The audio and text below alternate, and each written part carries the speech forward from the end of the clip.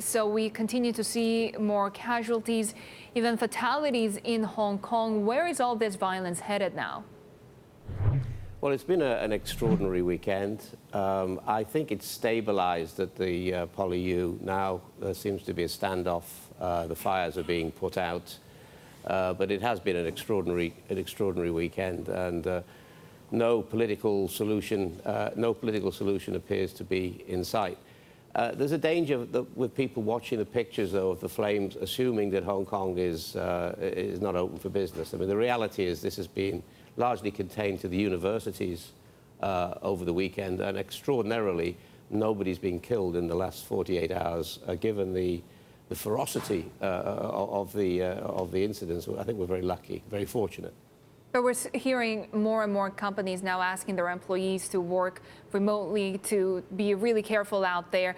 What are the risks for these businesses, and when could things start to return to normal? Well, the end of this, I don't know. I think these big-scale university conflagrations, if that's the right word, will come to an end soon. There's going to be a large number of people arrested associated with this, and the people who've supported them. From a corporate point of view, your risk falls into three areas primarily. One, protecting your people, making sure they can get to and get from the work safely, and to have measures in place, either working from home or other graduated measures, time-wise or whatever, to help people out, number one. Two is your plant and your property. Unfortunately, people have been classified as either pro-government or pro-movement. You're either yellow or you're blue. The big goal, really, for corporations and businesses is not to be labeled either way and to get on with business as usual.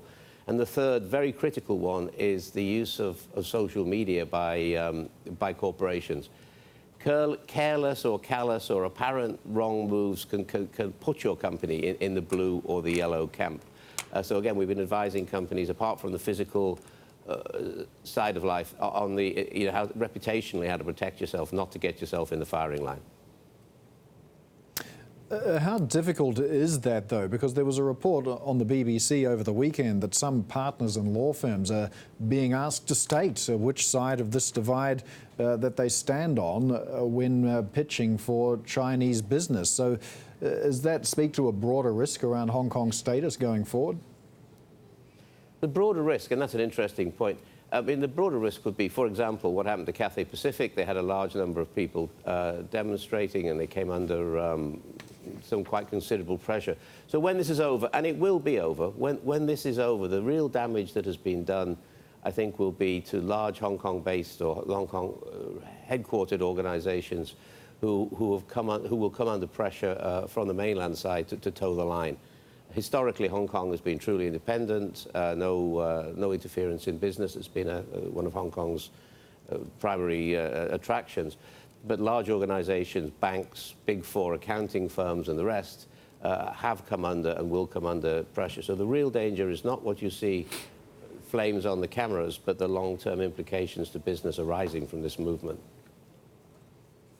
Now, you mentioned a weekend of extraordinary drama and developments, and one of the things we saw was incredible pictures of members of the PLA, albeit not in uniform, engaged in a voluntary cleanup operation. Now, is that what it was, or should we be reading between the lines here? I think it was very subtly nuanced. They came out of there, just two platoons, as far as I could see.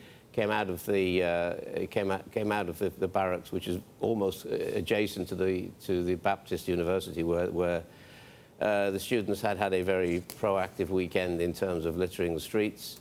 They came out, cleaned it up, quick, clean, efficient. No weapons. The only weapons they carry were brooms and whatnot, sticks.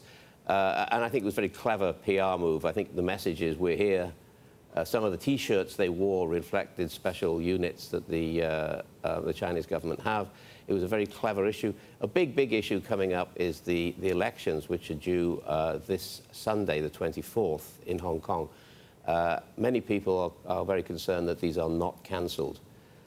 Some of the apparently pro-democracy people, I think, are working very hard to create an environment that the elections will be cancelled, thereby creating oxygen for further demonstrations. So from the business community side, we're all very hopeful that the government, despite the level of violence, do not cancel those elections.